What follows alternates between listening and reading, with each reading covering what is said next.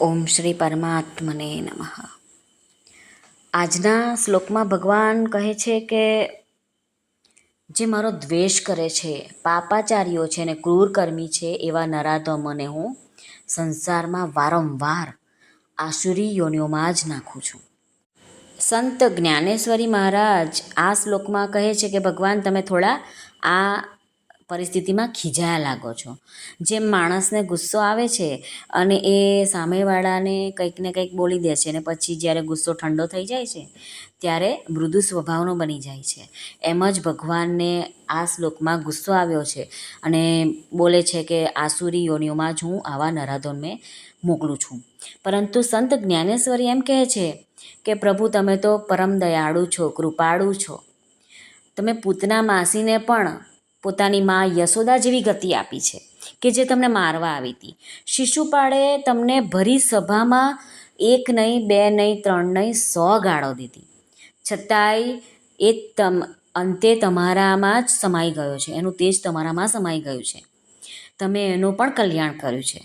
રાવણે તમારી પત્નીને પણ ઉપાડી લીધી હતી, તો પણ તમે રાવણનું પણ કલ્યાણ જ કર્યું છે.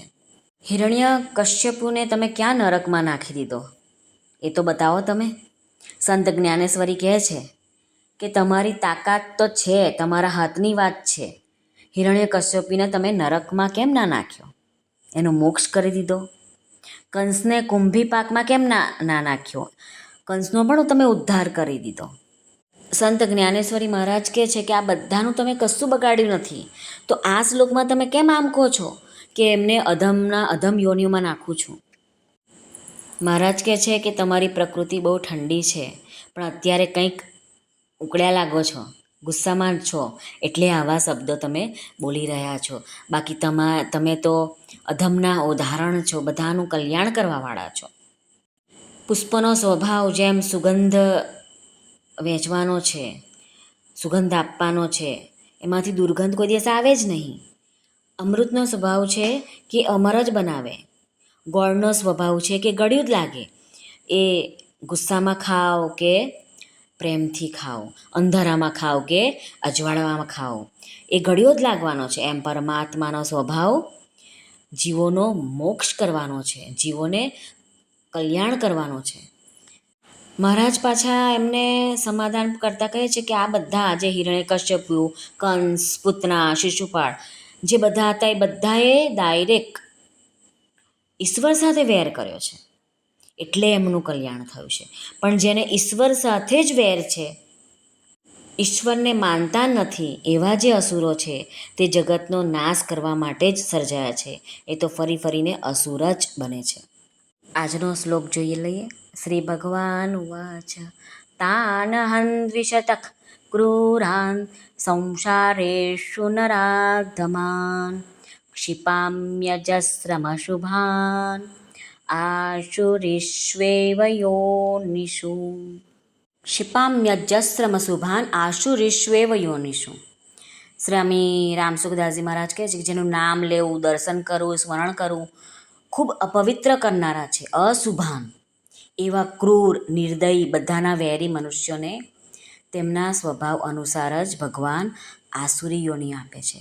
ભગવાન કહે છે આશુરીષ્વેવ યોનિષુ ક્ષિપામી, એટલે કે હું તેઓને તેમના સ્વભાવને લાયક જ કૂતરા, સાપ, વીંછી, વાઘ, સિંહ વગેરે આસુરી યોનિઓમાં નાખું છું.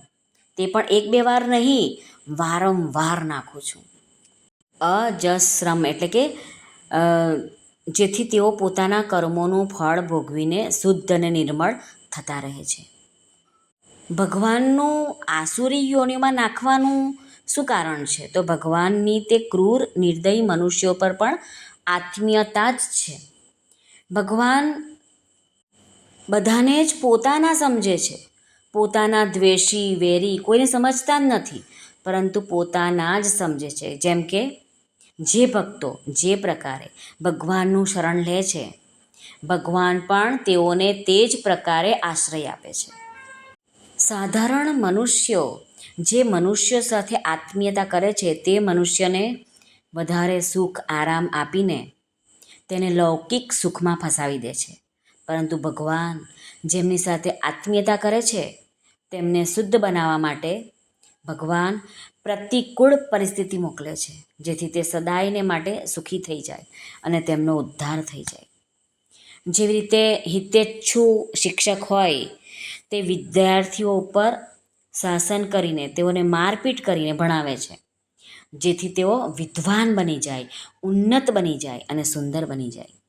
એવી જ રીતે જે મનુષ્યો, જે પ્રાણીઓ પરમાત્માને જાણતા નથી, માનતા નથી, તેઓને પણ ભગવાન પરમ કૃપાળુ, પરમ દયાળુ ભગવાન પોતાના માને છે અને તેઓને આસુરી યોનિઓમાં નાખે છે, જેથી તેમના કરેલા પાપો દૂર થઈ જાય અને તેઓ શુદ્ધ નિર્મળ બનીને પોતાનું કલ્યાણ કરી લે. શ્રી કૃષ્ણ અર્પણમસ્તુ. સર્વને ભાવથી જય શ્રી કૃષ્ણ. રાધે રાધે.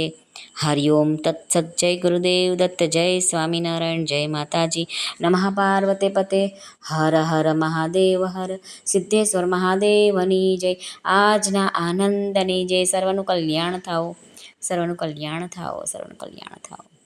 જો આપને આ વિડીયો પસંદ આવ્યો હોય તો આપણી ચેનલ છે ધાર્મિક ગીતા પ્રેમધારા, એને લાઇક, શેર અને સબસ્ક્રાઈબ જરૂરથી કરશો, જેથી આવનારા દરરોજના શ્લોકો તમારા સુધી તરત પહોંચી શકે. આપ સર્વનો ખૂબ ખૂબ ધન્યવાદ. આભાર.